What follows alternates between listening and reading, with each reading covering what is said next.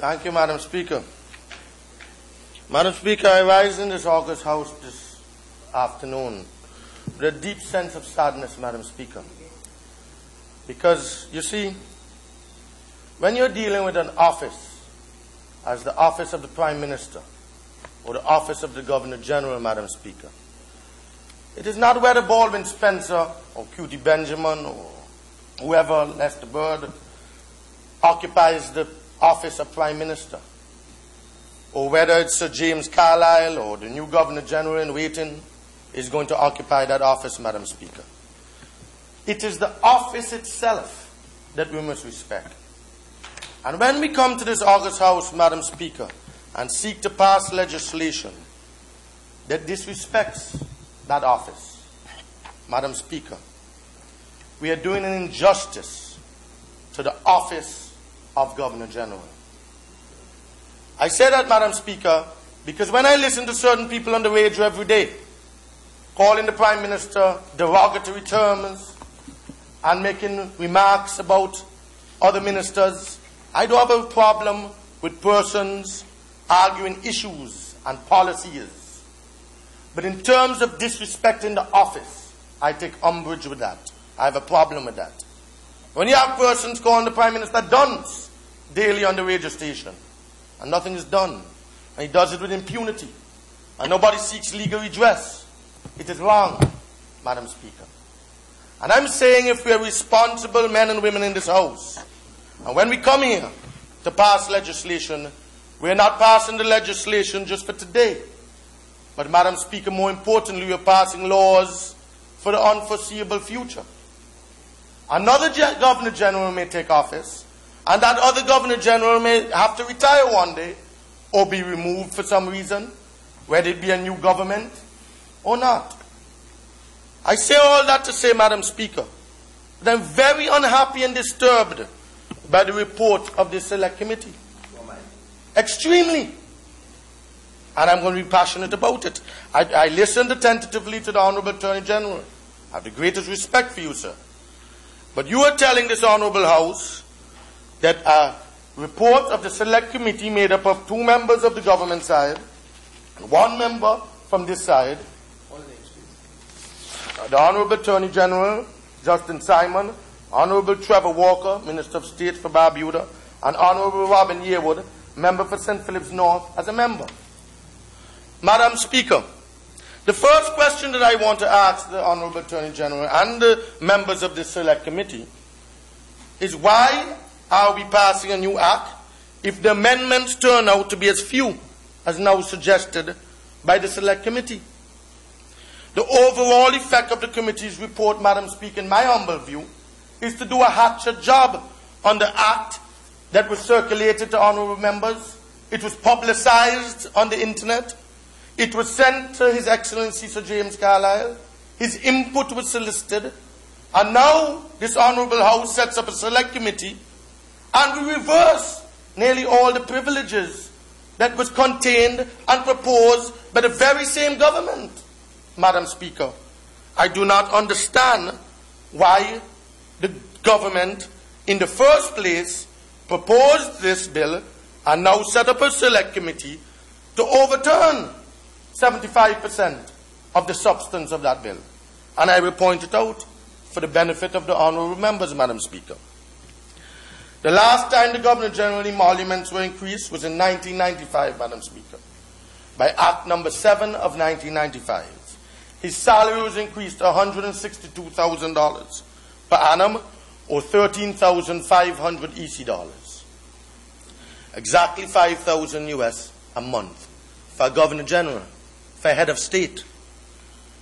His duty allowance, Madam Speaker, was increased to $36,000 per year, and his allowance in lieu of customs duties was increased to $12,000 per year, or 700 EC dollars per month.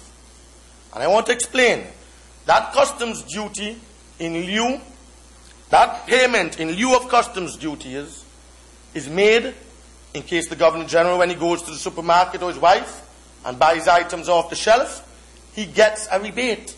He gets back from the government $700 per month, or $12,000 per annum. so that he's not made to pay any customs duty on his food items or clothing or whatever he may buy. Madam Speaker, the bill proposed a salary of $184,140 per year, or a little over $15,000 per month from the 1st of January 2006. The duty allowance remained the same, but allowance in lieu of customs duty of $12,000 a month has been removed. Why? Why are we taking away $1,000, $700 a month from the man, $1,000 a month from his salary? So when he retires, he's getting less than he was getting before. But that is his present salary now. I mean, that is not right. What the government is proposing to reduce the income of the present Governor General by $1,000 per month. Why should he get less than he's getting right now? It is not right.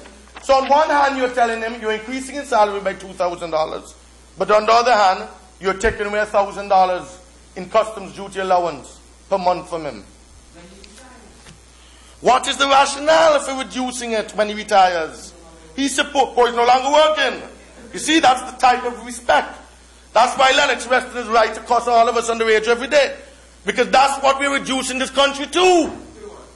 To breaking down the very institutions that we ought to have respect for. Look what the member for St. John's Rural North said. He should take it back when he retires. So what he's saying, when he retires, the Governor General, what? He's nothing. He's nobody. Because you're taking away $1,000 per month from his salary, and no explanation, no reason explanation, Madam Speaker, is given. Why are we doing this?